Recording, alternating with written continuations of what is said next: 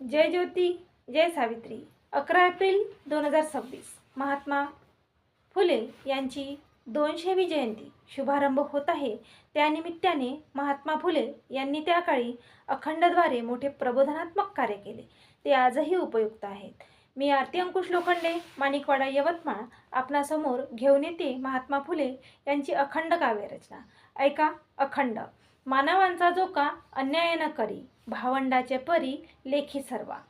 मांगमार निंदा ठावी नाही व्यथा, मांगमार निंदा ठावी नाही व्यथा, जाळी आर्यग्रंथा अग्नीमध्ये. ऐश्वर्याच्या मंदी कोणासन छळी, ऐश्वर्याच्या मंदी कोणासन छळी, घाली रसा तळी द्वेषभाव.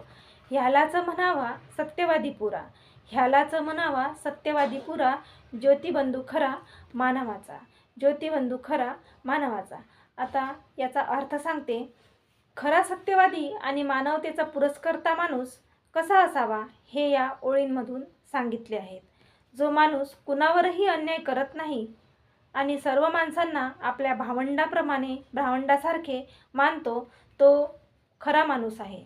जो मांगमार यांची निंदा करत नाही, त्यांचा तिरस्कार करत नाही आणि जर काही ग्रंथ माणसांमध्ये भेदभाव शिकवत असतील, जर काही ग्रंथ माणसांमध्ये भेदभाव शिकवत असतील तर अशा ग्रंथांनाही तो नाकारतो.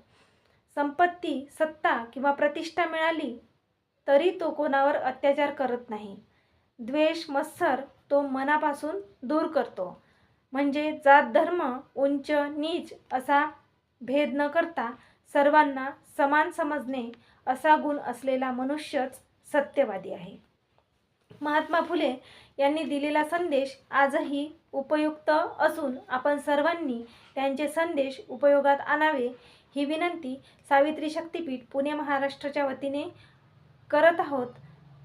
आमच्या सावित्री न्यूज इंडिया चॅनलला लाईक करा, सबस्क्राईब करा. धन्यवाद.